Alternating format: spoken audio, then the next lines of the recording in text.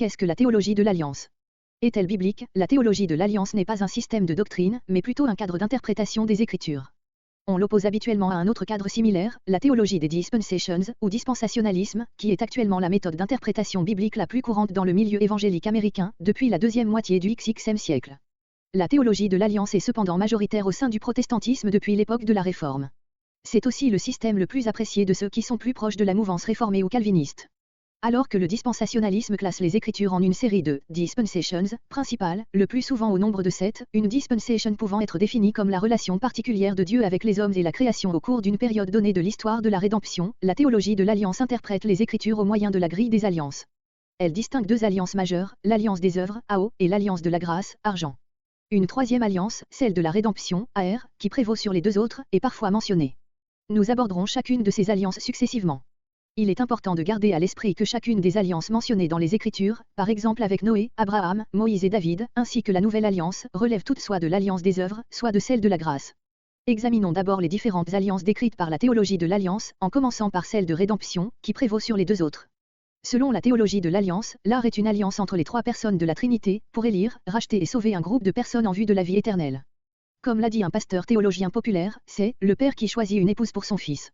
Bien que l'art ne soit pas mentionné explicitement dans les Écritures, celle-ci affirme cependant clairement que les plans de salut de Dieu sont éternels. Éphésiens 1, 3-14, Louis II, LSG. Béni soit Dieu, le Père de notre Seigneur Jésus-Christ, qui nous a bénis de toutes sortes de bénédictions spirituelles dans les lieux célestes en Christ. En lui Dieu nous a élus avant la fondation du monde, pour que nous soyons saints et irrépréhensibles devant lui, nous ayant prédestinés dans son amour à être ses enfants d'adoption par Jésus-Christ, selon le bon plaisir de sa volonté, à la louange de la gloire de sa grâce qu'il nous a accordée en son bien-aimé. En lui nous avons la rédemption par son sang, la rémission des péchés, selon la richesse de sa grâce, que Dieu a répandue abondamment sur nous par toute espèce de sagesse et d'intelligence, nous faisant connaître le mystère de sa volonté, selon le bienveillant dessein qu'il avait formé en lui-même, pour le mettre à exécution lorsque les temps seraient accomplis, de réunir toutes choses en Christ, celles qui sont dans les cieux et celles qui sont sur la terre. En lui nous sommes aussi devenus héritiers, ayant été prédestinés suivant la résolution de celui qui opère toutes choses d'après le conseil de sa volonté, afin que nous servions à la louange de sa gloire, nous qui d'avance avons espéré en Christ. En lui vous aussi, après avoir entendu la parole de la vérité, l'évangile de votre salut, en lui vous avez cru et vous avez été scellés du Saint-Esprit qui avait été promis, lequel est un gage de notre héritage, pour la rédemption de ceux que Dieu s'est acquis, à la louange de sa gloire. 2 Thessaloniciens 2.13 BDS. Mais nous devons sans cesse remercier Dieu à votre sujet, frères et sœurs, vous que le Seigneur aime. En effet, Dieu vous a choisi pour que vous soyez les premiers à être sauvés par l'action de l'Esprit qui vous a purifié et par le moyen de votre foi en la vérité. 2 Timothée 1.9 BDS. C'est lui qui nous a sauvés et nous a appelés à mener une vie sainte. Et s'il l'a fait, ce n'est pas à cause de ce que nous avons fait, mais bien parce qu'il en avait librement décidé ainsi, à cause de sa grâce. Cette grâce, il nous l'a donnée de toute éternité en Jésus-Christ. Jacques 2.5 BDS. Écoutez, mes chers frères et sœurs, Dieu n'a-t-il pas choisi ceux qui sont pauvres dans ce monde pour qu'ils soient riches dans la foi et qu'ils héritent du royaume qu'il a promis à ceux qui l'aiment? 1 Pierre 1.2 BDS. Dieu, le Père, vous a choisi d'avance, conformément à son plan, et vous avez été purifiés par l'Esprit, pour obéir à Jésus-Christ et bénéficier de l'aspersion de son sang. Que la grâce et la paix vous soient abondamment accordées. Et plus, Jésus a souvent dit que sa mission était d'accomplir la volonté de son Père, Jean 5.3, 43, 6.38-40, 17.4-12. Il est certain que Dieu voulait sauver les élus dès le commencement de la création, un plan éternel que l'art ne fait que formaliser en vocabulaire de l'Alliance. Historiquement parlant, l'Alliance des œuvres est la première que nous rencontrons dans les Écritures. Quand Dieu a créé l'homme, il l'a placé dans le jardin d'Éden et lui a donné un seul et unique commandement, tu pourras manger les fruits de tous les arbres du jardin, mais tu ne mangeras pas le fruit de l'arbre de la connaissance du bien et du mal, car le jour où tu en mangeras, tu mourras, c'est certain. Genèse 2, 16-17, Louis II, LSG. L'Éternel Dieu donna cet ordre à l'homme, tu pourras manger de tous les arbres du jardin, mais tu ne mangeras pas de l'arbre de la connaissance du bien et du mal, car le jour où tu en mangeras, tu mourras. On voit que ce commandement emploie le vocabulaire de l'Alliance. Dieu a établi Adam dans le jardin et lui a promis, ainsi qu'à sa descendance, la vie éternelle aussi longtemps qu'il demeurerait dans l'obéissance à ses commandements. La vie est la récompense de l'obéissance et la mort est le châtiment de la désobéissance. Certains exégètes voient dans l'Alliance des œuvres une forme d'alliance semblable à celle entre un suzerain et son vassal. Dans une telle alliance, le suzerain, roi ou souverain, présentait au vassal, son sujet, les termes de l'alliance, il lui promettait faveur et protection en échange de son tribut.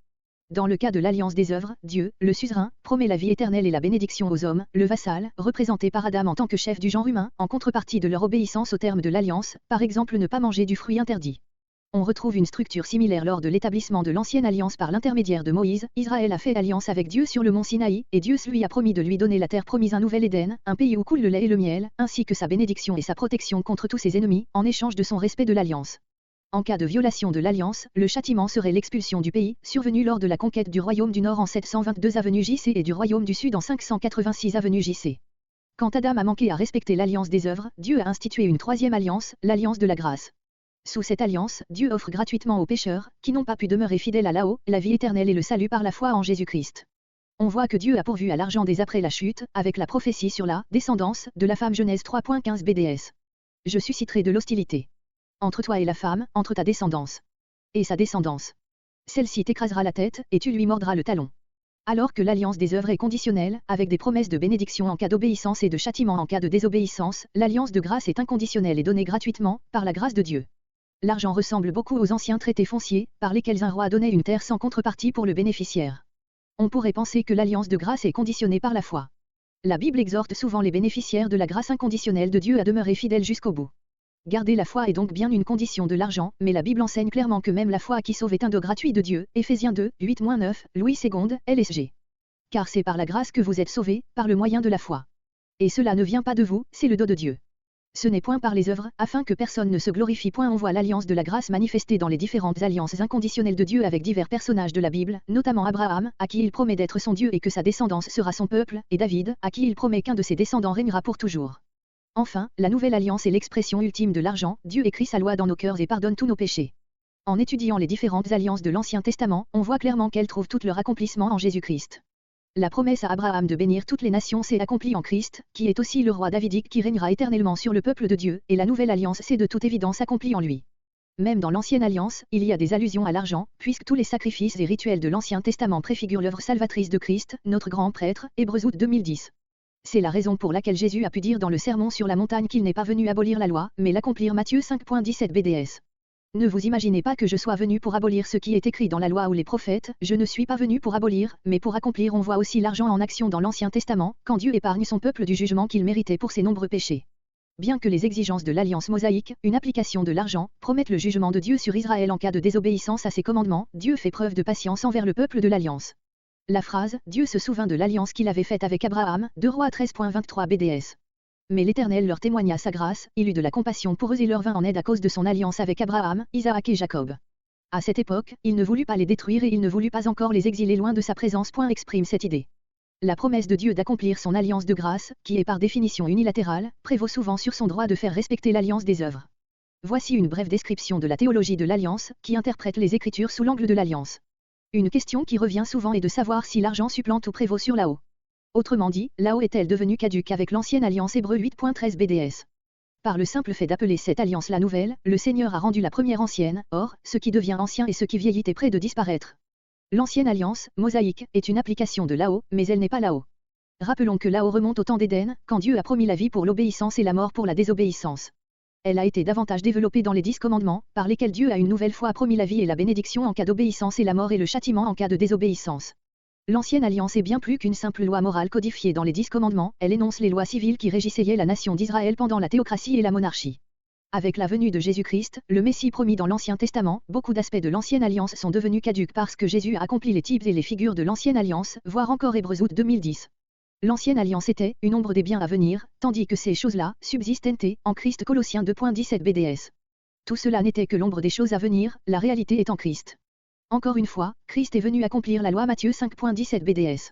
Ne vous imaginez pas que je sois venu pour abolir ce qui est écrit dans la loi ou les prophètes, je ne suis pas venu pour abolir, mais pour accomplir comme le dit Paul. En effet, pour toutes les promesses de Dieu, c'est en lui Christ que se trouve le « oui », et c'est aussi par lui que nous disons « Amen » à Dieu, pour sa gloire.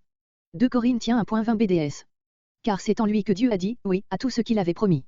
Aussi est-ce par lui que nous disons « oui, Amen », pour que la gloire revienne à Dieu. Mais l'alliance des œuvres, codifiée dans la loi morale, n'est pas abolie pour autant. Dieu exigeait la sainteté de son peuple dans l'Ancien Testament. Lévitique 11.44 BDS. Car je suis l'Éternel votre Dieu. Comportez-vous en gens saints et soyez saints, car je suis saint, et ne vous rendez pas impurs par l'une de ces bêtes qui se meuvent à ras de terre et continue de l'exiger de son peuple dans le Nouveau Testament. 1 Pierre 1.16 BDS. Car voici ce que Dieu dit dans l'Écriture, soyez saints, car je suis saint. Par conséquent, nous sommes toujours soumis aux obligations de là-haut. La bonne nouvelle, c'est que Jésus-Christ, le dernier Adam et chef de notre alliance, a accompli parfaitement les exigences de là-haut et que sa justice parfaite est la raison pour laquelle Dieu peut étendre l'argent aux élus. Romains 5, 12-21, Louis II, LSG. C'est pourquoi, comme par un seul homme le péché est entré dans le monde, et par le péché la mort, et qu'ainsi la mort s'est étendue sur tous les hommes, parce que tous ont péché. car jusqu'à la loi le péché était dans le monde. Or, le péché n'est pas imputé, quand il n'y a point de loi. Cependant la mort a régné depuis Adam jusqu'à Moïse, même sur ceux qui n'avaient pas péché par une transgression semblable à celle d'Adam, lequel est la figure de celui qui devait venir. Mais il n'en est pas du do gratuit comme de l'offense, car, si par l'offense d'un seul il en est beaucoup qui sont morts, à plus forte raison la grâce de Dieu et le do de la grâce venant d'un seul homme, Jésus-Christ, ont-ils été abondamment répandus sur beaucoup.